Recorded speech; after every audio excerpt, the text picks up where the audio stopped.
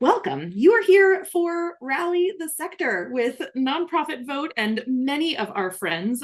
We're so thrilled that you're here and ready to rally the sector toward the midterm elections.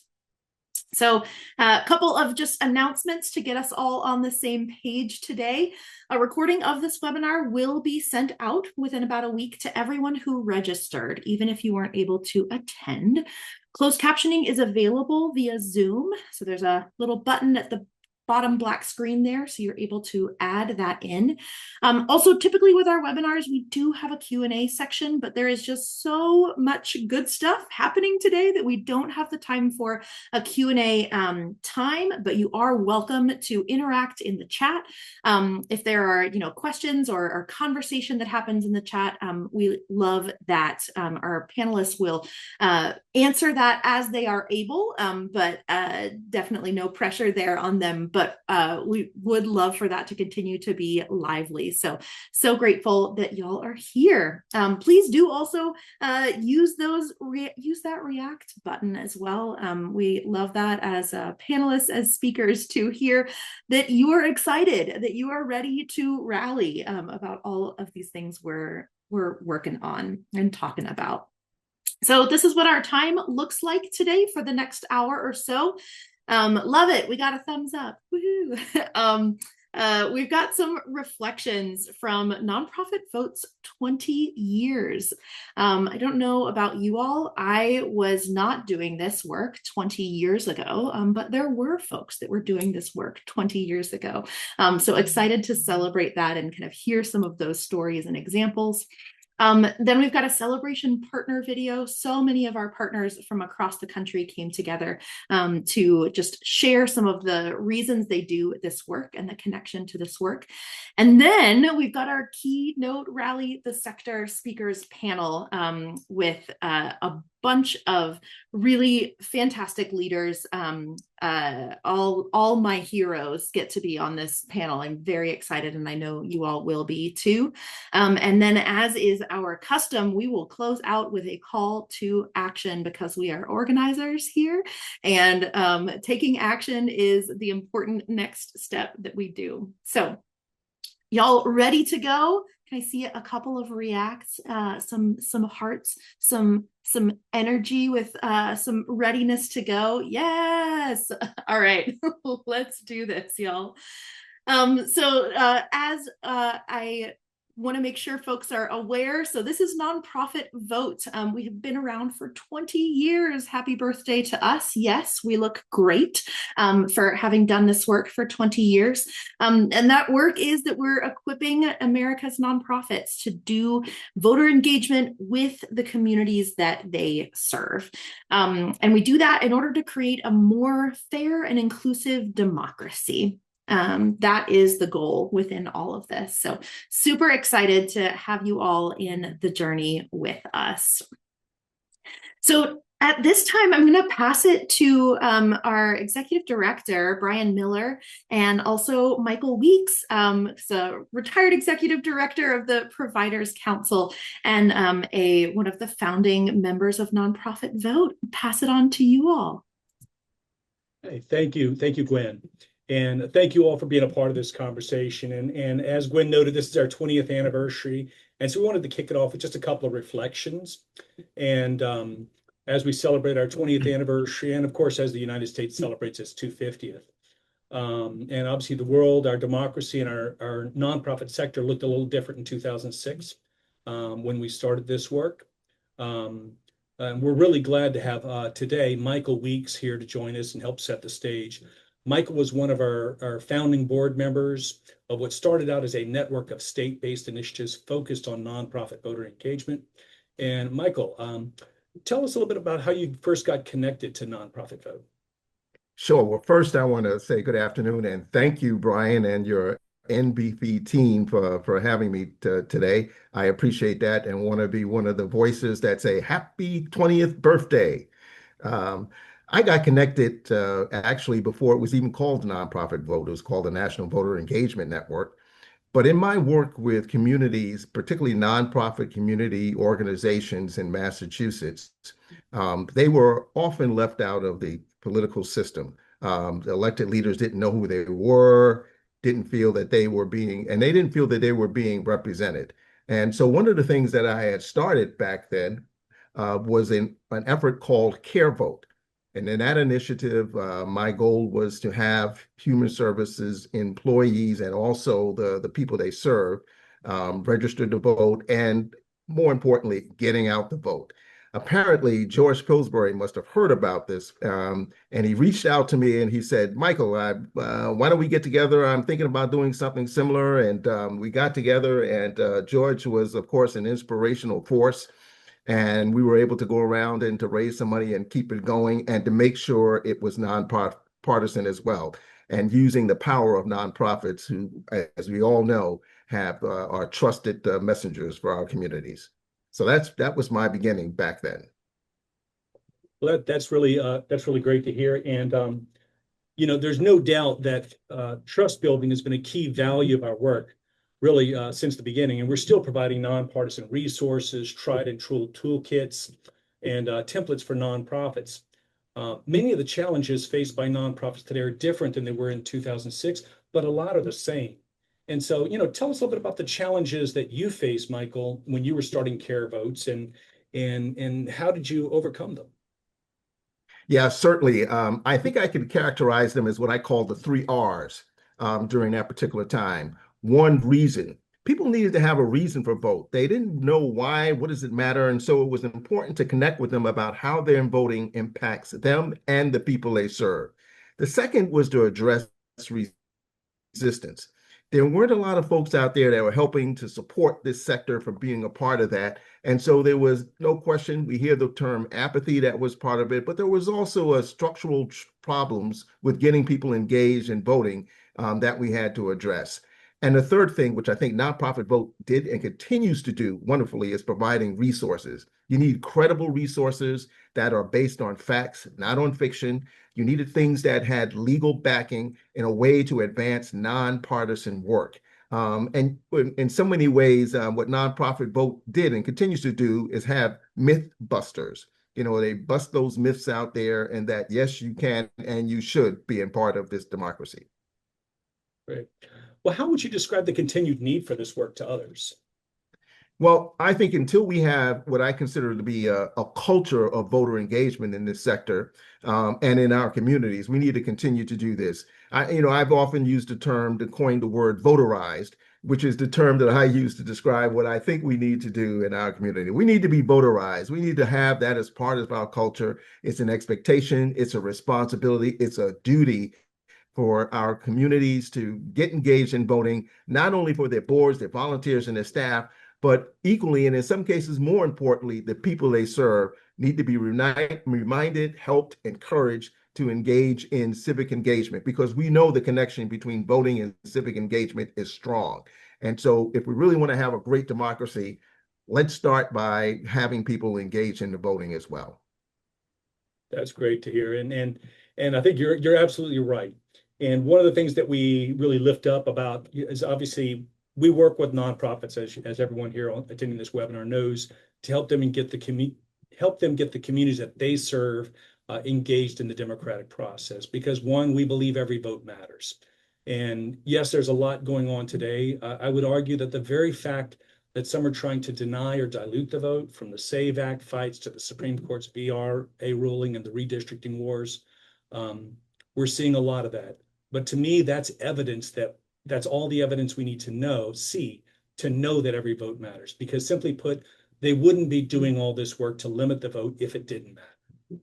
So while there's some obvious policy fights, which we will talk about a little bit today, we also need to continue the work to get every voter to the table, ensure that the communities we serve at nonprofits get to the table. And as you says, Michael, to voterize this sector. Thank you, Michael, for all you've done to voterize your nonprofit and the sector at large. And I think with that, I'm bumping it back over to Gwen. Okay, and thank you. Thank you for this opportunity. Everybody, go at it and get voting. Thank you so much, Michael and Brian. If that doesn't get you energized, I don't know what does. It's voterized. Let's get energized and voterized. I like it. We love a rhyme here. Great. Well, none of this work happens without partners. And partners like those of you who are on this call today, partners who are doing this work every day in communities across the country.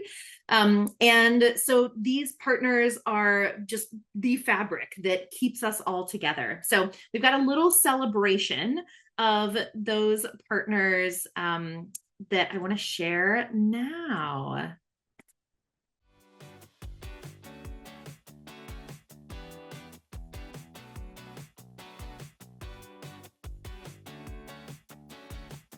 For communities who have felt pushed to the margins, it can be easy to feel like their voices do not count. Communities in need reach out to us with issues and concerns they can't find support for anywhere else. Whether it's navigating reentry, accessing legal resources, understanding their rights, or simply trying to feel safe in their neighborhoods. Because civic engagement also shows up in neighborhood meetings, local advocacy, community boards, and people speaking up about what they want to see change. When people start to see how these pieces connect, they begin to understand that their voice can shape what happens in their community. They start to build trust. But it's not always seen as being connected. This was the reason for Nonprofit Vote. Our founders looked around and saw a level of trust, and better yet, an opportunity from that trust. They come to us because they know we will show up.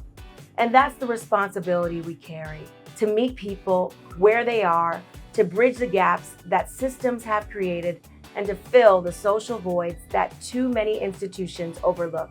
Nonprofit Vote successfully bridged their gap in knowledge with credible, accurate, and clear, lawfully based information for nonpartisan activities.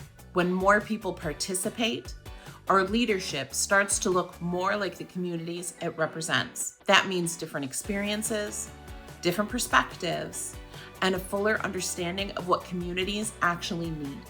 Our work isn't just about programs or policy. It's about restoring trust in places where trust has been broken. It's about making sure people who have been pushed to the margins are brought back into the center of the conversation. Nonprofits have always been the backbone of community care. We are the ones who step in when others step back. But Nonprofit Vote is here to make sure that all types of nonprofits and community organizations that serve all sorts of communities, including people with disabilities, are prepared to do nonpartisan voter registration and voter education so that everyone, disabled or not, knows how much their vote matters to make sure that our leadership reflects the full diversity of our community. Start with, are your children registered to vote? Your grandchildren, your co-workers, your clients, your patients, your donors. This is how we encourage, energize, and engage people in their communities. We show them that they are valued and that their voices matter. Voting participation and civic engagement make a difference in our world. Let's celebrate Nonprofit Vote.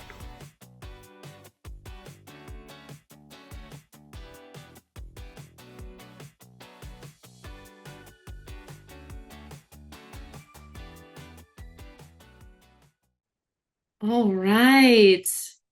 So you've heard a little bit from our partners. We cannot do this work without the team that is behind us and with us and beside us and all around us at all times. So that includes so many of you that are here. And then there are some really key partners that are leaders within the sector and within all of their networks that are a really key part of this. And have been taking some bold moves that we're really excited about and want to celebrate and uplift that. So the next part of our time today is our keynote Rally the Sector panel. So the first person that I will pass this on to is our panel facilitator, Matthew L. Evans, who is the Vice President of Advocacy and External Relations at United Philanthropy Forum. He also happens to be the chair of our nonprofit vote board of directors. We're so grateful for Matthew's leadership and look forward to this conversation. I'll pass it on to you, Matthew. Thank you so much, Gwen. I really appreciate it. And thank you to Nonprofit Vote for 20 years of this work and for bringing us together at a moment that calls for exactly this kind of conversation. As Gwen said, I'm Matthew L. Evans. I'm honored to wear two hats today, really, to serve as not only the chair of the Nonprofit Vote Board, but also in my capacity as Vice President of Advocacy and External Relations for United Philanthropy Forum. The forum is the largest network in American philanthropy. These two roles give me different vantage points on the questions that we're here to discuss today, and I'll bring both to that conversation. I'm honored to be alongside three leaders whose work I deeply respect, and so I want to dive right in to our first question. I want to start where all good conversations start, which is with who you are and why you're in this work. Each of us comes to this work from different roles in the sector, and I think that's worth surfacing before we go deeper. Diane, let's start with you. Tell us about your work, your organization, and who you serve, and what inspired you to start doing this work. Sure. Thanks, Matthew. I'm so glad to be here. And I want to add my thank you and my congratulations to Nonprofit Vote for 20 years of really crucial work. So I'm Diane Yentel. I'm President and CEO of the National Council of Nonprofits. And at NCN, we champion, inform, and connect organizations across the country to protect and advance the sector, to support nonprofit organizations in maintaining and expanding the essential work that you do every day in all of our communities. And at NCN, our most essential partners in this work is our network of state associations of nonprofits. So we have 57 state or regional associations throughout the country. And together we have a combined membership of almost 40,000 nonprofit organizations, which makes us the largest network of nonprofits in North America. And our work is on behalf of and with the entire charitable nonprofit sector. So I'm so glad to be here. Thank you. Thank you, Diane. Akilah, I'll ask you the same question. Thank you, Matthew. And hello, Diane. Happy birthday, Nonprofit Vote. And I'm wishing you and the team many, many more decades of continued success, especially in this moment we have now. My name is Akilah Watkins, and I'm President and CEO at Independent Sector. We are the national trade organization for the country's charitable nonprofits. And we are a national membership organization. And so part of our job, Diane explained it well. I mean, we defend and we advance the goals and values of the sector and defend it and make sure that the sector can operate in a way that we can meet the needs of our communities. And I will just tell you the reason why I got into this work. I started out as a youth organizer. And voting has always been particularly important to the work that I've done because I have lived and grown up in disenfranchised communities where people wanted to minimize our vote. And so I have been organizing and doing voter registration since I have been 14 years old. And it has been one of, I think, the most eye-opening just activities to do because it gives you an opportunity to connect with people in your community, which is something that I love to do. And it allows you to actually listen to the needs of folks in your community, which is a skill that I have taken with me throughout my entire career. So the moment that we're in, this is a very tough moment. This is a moment I wish I didn't have to live through, especially as a mother. But this is the moment that we're in. And so I know that we have the collective genius of the folks on this call and others. So ready for the fight. Thank you, Akilah. And I'll just mention, as chair of Nonprofit Vote, it's great to be a part of an organization that has spent 20 years equipping nonprofits to do voter engagement work in communities across the country. That's the frontline work, and that's the work that makes participation feel real. At the forum, our members are what we call philanthropy infrastructure organizations. They connect over 7,000 foundations across the country to help strengthen leadership practice and to create conditions to create a country where every individual can participate and prosper. While the forum does not do voter engagement work directly, we partner with organizations like Nonprofit Vote to help philanthropy understand its role in protecting and expanding civic participation. We also advocate for policies that make an inclusive democracy possible, including the John Lewis Voting Rights Advancement Act. What pulled me into this work is sort of the same conviction. Democracy is democracy is the precondition for everything else the sector cares about, whether it's housing, health, education, or climate. None of it holds without a functioning democracy underneath it. So the work of protecting participation is foundational. And so with that, I want to get into sort of why nonprofits do voter engagement. There still seems to be a lot of nervousness in the sector sometimes about voter engagement. Some of it is misunderstanding about why nonprofits are legally allowed, what nonprofits are legally allowed to do. Some of it's a real concern about the political climate. So I want to spend some time on the affirmative case, because I think it's stronger than people realize, and it shows up both in the data and the lived experiences of communities. So Brian, let's start with you on what you're seeing through your work at Nonprofit Vote. Why should nonprofits do voter engagement? What's the value for communities, for democracy, and for organizational missions? Thank you, Michael. Well, I think anyone who's been doing this work for a while knows that there's a direct connection between voter engagement and policy advocacy, right? I come to this work originally as from policy advocacy space. I used to work in some tax and budget organizing, and I've sat in front of state senators and made the case, had all the data, and had them look at me square in the eye and say, "You're right, but I'm still not going to do it." Because it wasn't a question of facts, it was a question of having the political power. And unless the communities you serve are voting, you're going to lose voice, you're going to lose the ability to deliver on your mission. And so I think on one hand, it's in nonprofit self-interest to make sure their communities are voting. We've also done a lot of studies and analysis of nonprofits that do voter engagement work. There's a report we come out with every couple of years called the Nonprofit Power Report.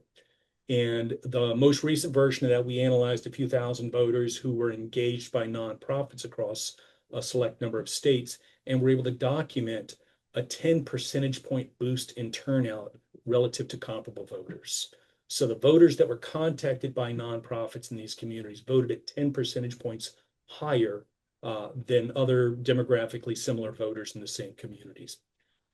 And when you narrow that lens to young voters or voters of color, the boost is even higher. Then you're talking about a 12 or 14 point bump in turnout. So we know nonprofits are incredibly effective when they do this work. And the third thing I would say is that if we don't, no one else will. And follow me on this frame here. A lot of people assume the job of getting people out to vote is political campaigns and candidates. And yes, they're going to do some work on that front. But their goal is not to foster an inclusive electorate. No matter how noble the candidate is or campaign, they're just trying to win an election. They're going to get to 50+1. That's all they need, right? And so they're going to rally people with a history of voting, which means people who don't have a history of voting aren't going to get contacted. They're not contacted, they don't vote. They don't vote, they're labeled as an unlikely voter, and this cycle keeps repeating itself. Nonprofits are fundamentally different in that we care that the communities we serve have a seat at the table. That's our goal. And that leads to a fundamentally different outcome. So I think it's, those are all the reasons I would give are the short answer, but yes. Thanks, Brian. Akilah, I want to kick it over to you. And what does the data tell us? Yeah, thank you, Matthew, for that. I just really want to foot stomp what Brian has said. What we have found is that nonprofits have become the number one way in which Americans get to the polls.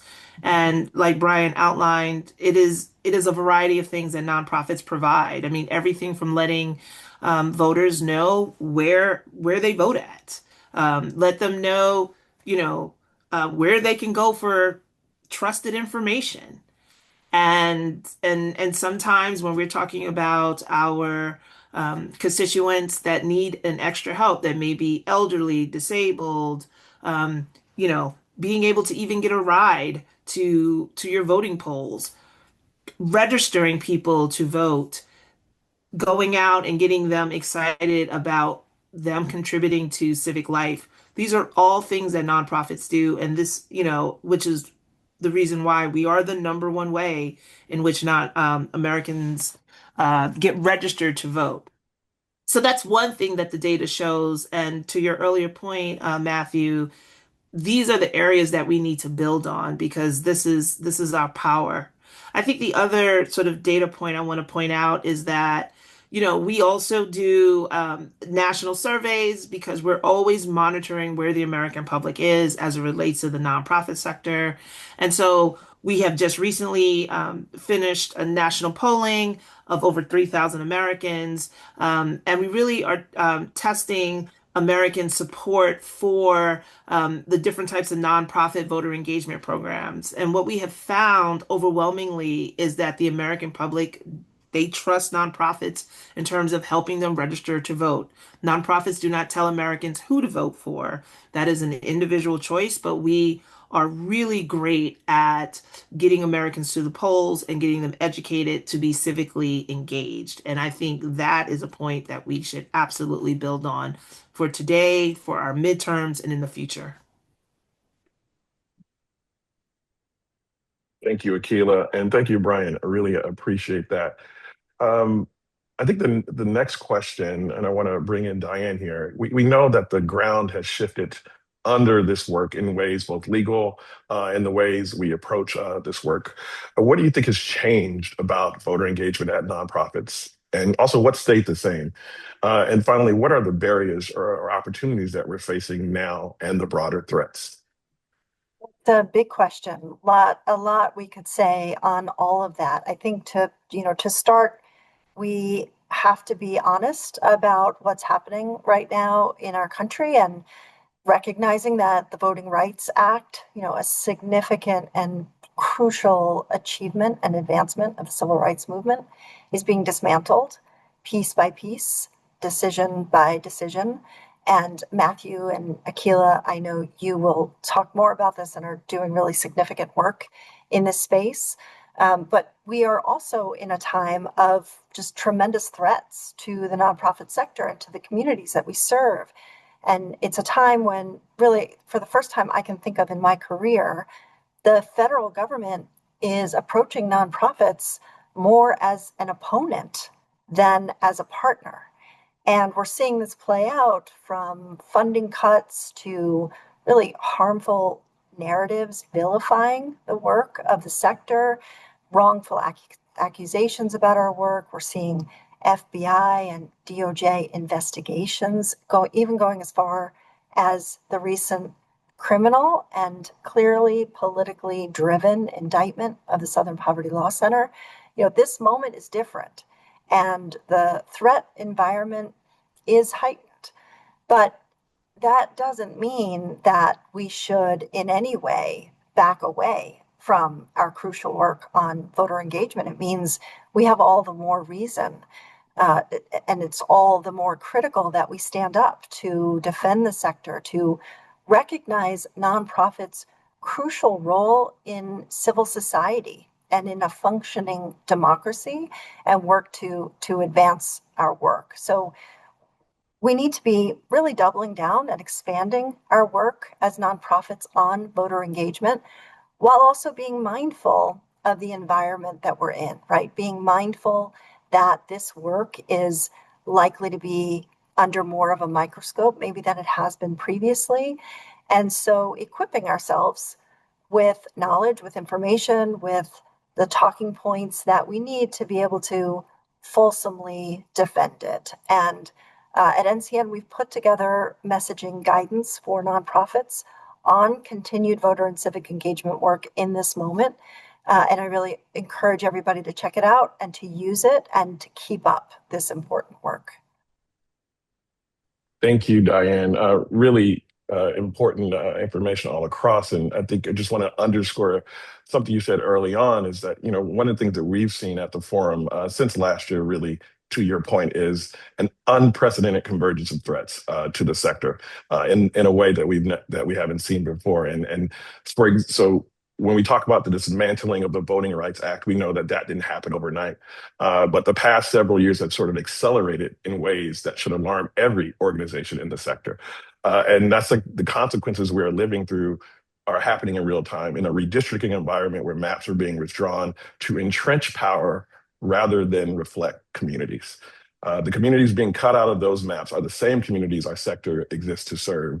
So this is a story about whether the communities we serve will have a meaningful voice in those decisions that shape their lives. When the map change, representation changes. And when representation changes, every issue our sector cares about gets harder to move.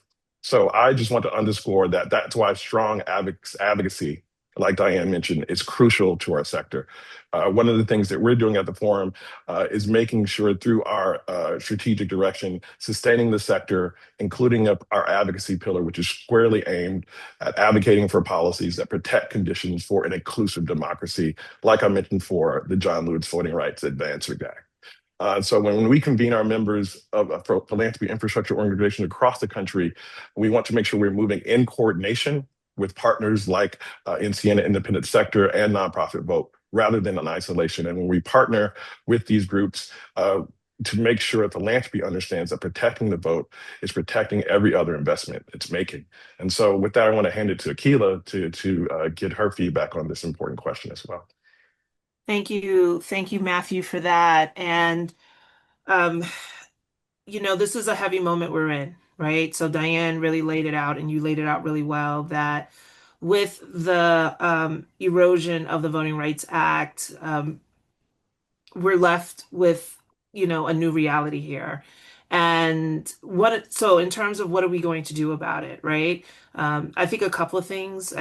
One of the things that we're looking at independent sector is to begin to think about to really target what a new Voting Rights Act needs to be in this climate that we're in right now, right? Where are there sort of legislative opportunities for us to begin to move forward with what could be a new sort of social civic contract with America. So that's one thing we're looking at. I think the other thing too is that we need to, Matthew, to your earlier point about creating these coalitions, so we're not working isolated. This is going to be really big. I think the sector, like, there's a reason why we care about civic engagement, because it is a bedrock to democracy. And a strong democracy, we need a strong democracy to have a functional and successful civil society, right? So that is why we care about this deeply.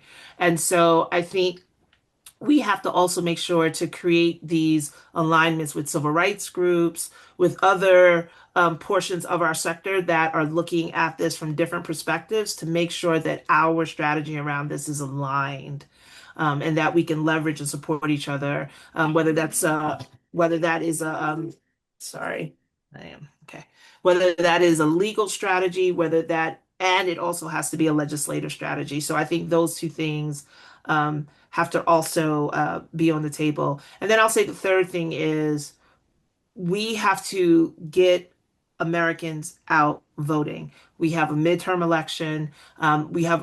For example, we have our national conference this year, 2 weeks before the midterm elections in Maricopa County, Arizona. This is going to be a key, county to make sure that we really want people to get out, vote, exercise that. The midterms elections are going to be a huge opportunity for Americans to weigh in on where they think the political environment is and where it needs to be. So it's going to be important for us to get out there and to really get Americans excited, and for them to be knowledgeable about how they participate and vote in this election.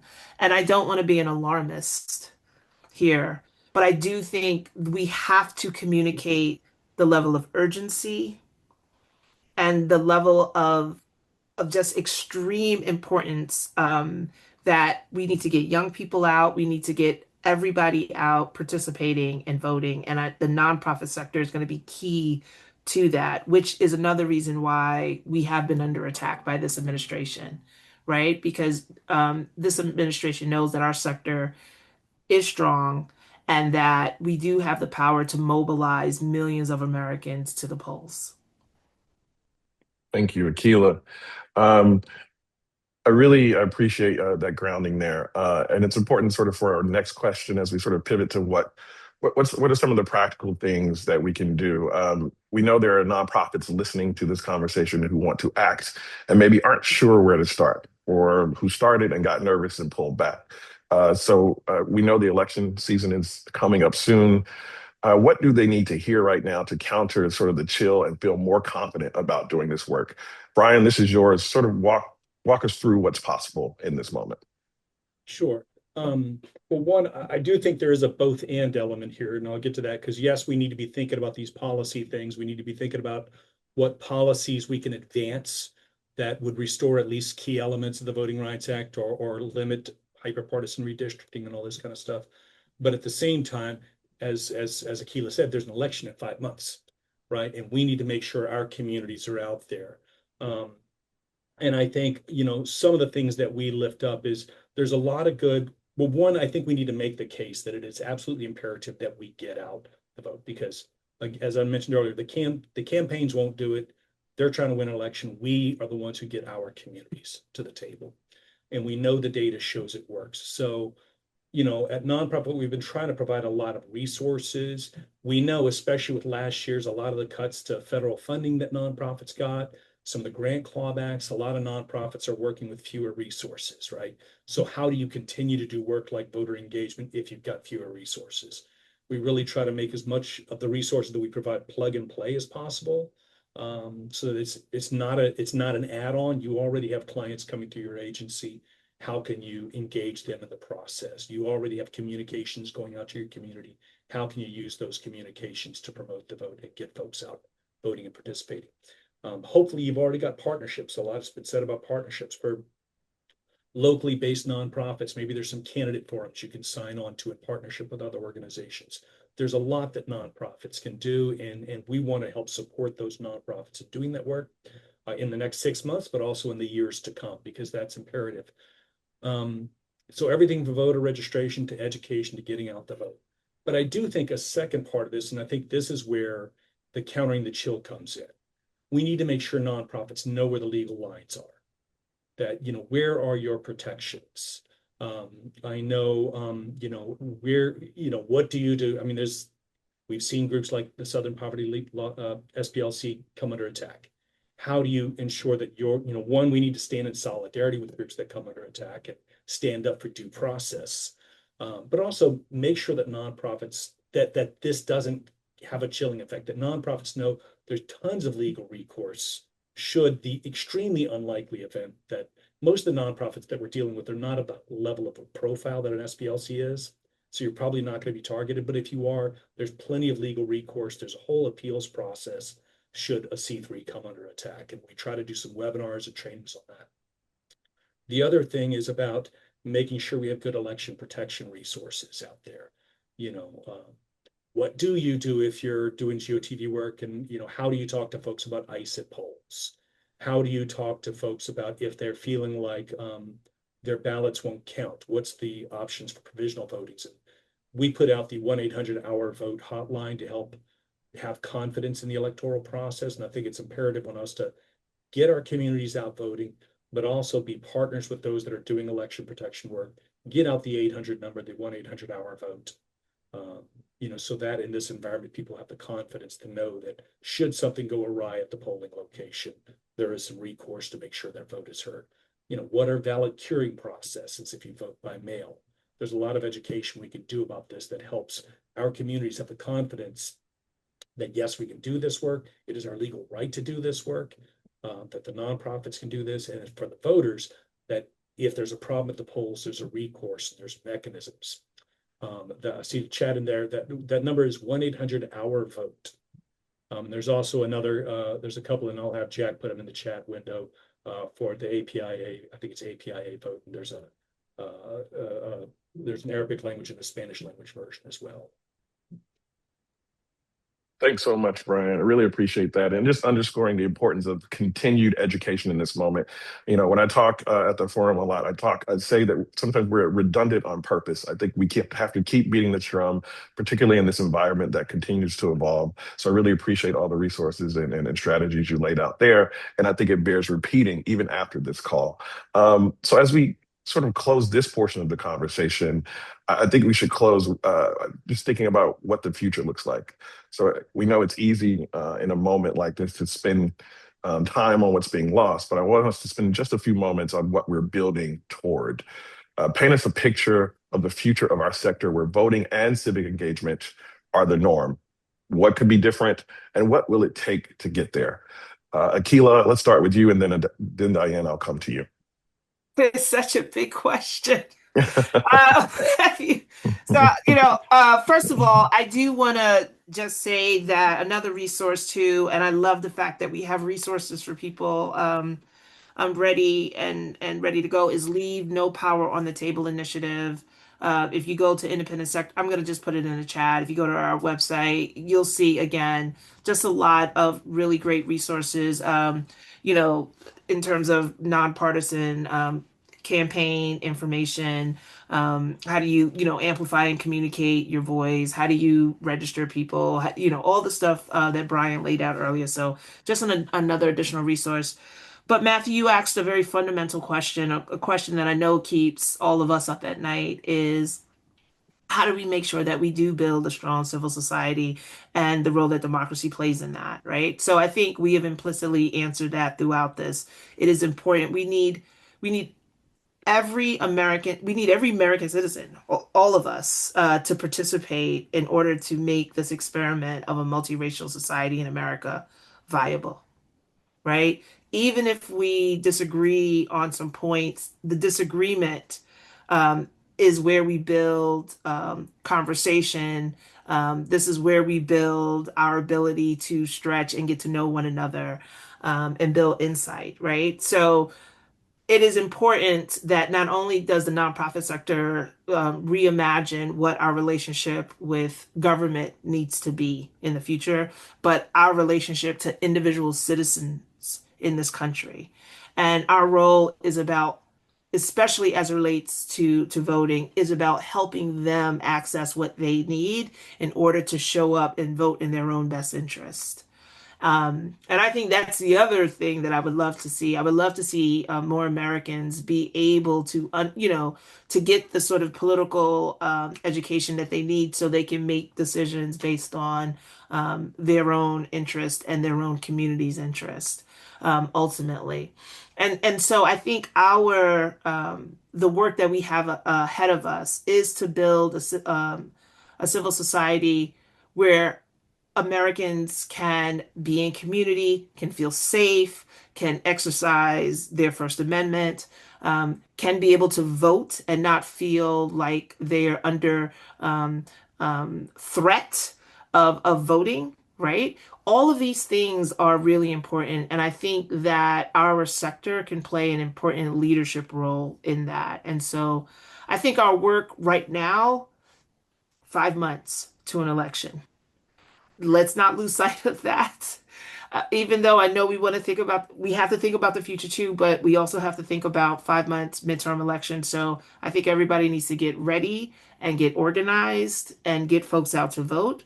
But I also think we have to be able to think about the future and figure out, how do we strengthen voting protections within this country? How do we minimize through new voting legislation that every American in this country has an opportunity to vote and get represented. To your point, Matthew, that communities have a right to be represented by folks that share their values. And so that has to be part of our future work, but we also have to keep an eye on the work that is immediately at hand so we can have a future for us to plan. So it is a both and strategy, and it is a strategy that is going to take all of our sort of resources and our alignment, because the next few months we're going to have to dig deep. But I know we can do it because the sector is strong, and we have the American support behind us. Thank you, Akilah. Diane. Yes to all. The future is ours to define and to create together.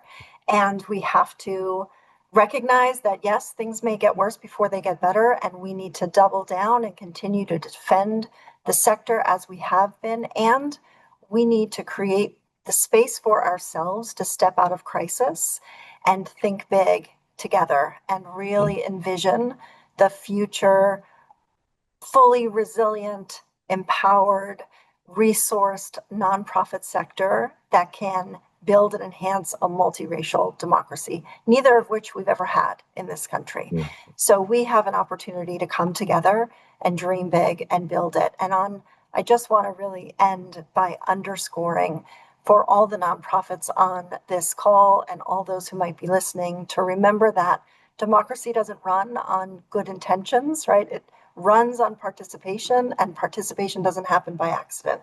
It happens because trusted messengers in communities make it a priority, and nonprofit organizations are those trusted messengers. And the bottom line is that nonprofits who have leaned into civic engagement work haven't regretted it. The nonprofits that are doing voter and other civic engagement are building deeper community trust, building stronger relationships with the people they serve, and seeing their communities more civically engaged, not just on election day, but in school board meetings and city council chambers and town hall meetings.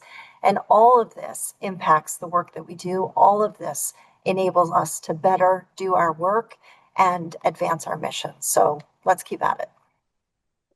Thank you, Diane, and thank you, Akilah. And what I hear from both of you is alignment. I know at the forum, another big part of our strategic direction is similar to what you all just mentioned, is recalling on reimagining democracy, a thriving multiracial democracy where all can participate and prosper. It's sort of the vision of the philanthropy infrastructure that we know we have to organize itself around what we want to see in the future 10, 20 years ahead to mean something. And that's why our partnership between organizations like Nonprofit Vote, the National Council of Nonprofits, independent sector, and the forum matters so much. Each of us holds a different piece of what it takes to get there. The future that Akilah and Diane just described is one where all of us are doing our jobs in concert.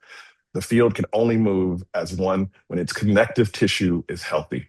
Strengthening that connective tissue is the work, and it's the work worth carrying forward together. So Brian, Diane, Akilah, thank you so much for being a part of this conversation.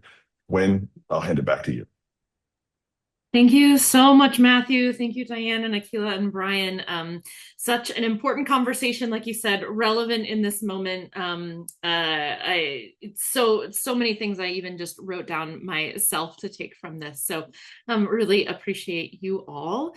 All right, so we're toward the end of our time, and I hope that you feel rallied because we are at the time for our call to action.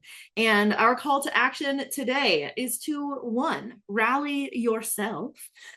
Visit vote.gov, check your voter registration, make sure that you have a plan to vote. Then rally your colleagues. We're going to send out after this an action guide for nonpartisan voter engagement that is coming to your inbox with a bunch of resources so that you can be prepared and ready to go. You all are probably likely already rallied. So our ask to you is actually that you rally your colleagues and your partners and organizations within your network. Can you take the next step? Can you identify 3 people in your network that could use this information, that are not yet doing this work, who could benefit from this work? So rally your colleagues and then rally your community. Make sure that your friends and family and neighbors are vote ready, not just for the primaries that are happening now, but also for the November elections. And this is how we do it, y'all. This is how we win. This is how the work goes, is we do it together. We rally together and we take action together. I'm going to pass it back to Brian to round out our time today. Pass to you, Brian. Hello. Okay, thank you again. And again, hopefully folks take up that action kit that Gwen shared a second ago. And it will be in the email that everyone gets, what you can do to encourage other nonprofits to do this work. One data point then, and just to loop back to an earlier conversation, independent sector did a really interesting survey, and hopefully I'm quoting this number right. Something like 80% of the public believes that nonprofits should be doing voter engagement work, but our data and surveys show that only about 20 to 29% of nonprofits are actually doing it. That's what we want to change. We want to get more and more nonprofits doing this voter engagement work. So please do that action step and help us spread the word. I think what Gwen was actually punting this over to me for is the donate button.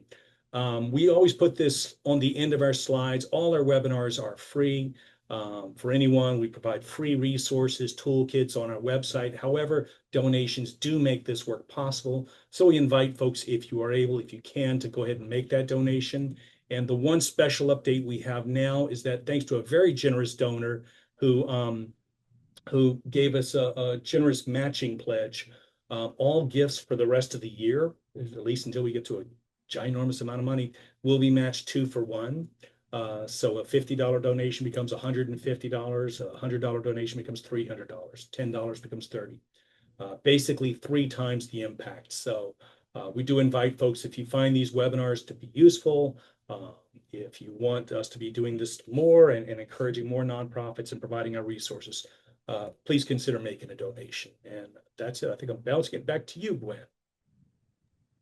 Thank you so much, Brian. And again, thank you so much to our panel. Thank you to you all who are going to take this information into your communities and rally the folks around you to show up, to vote, to have our voices heard, to move out of, as Diane was saying, this step out of this moment of crisis and take the action that we need to for this year. So thank you again to everyone.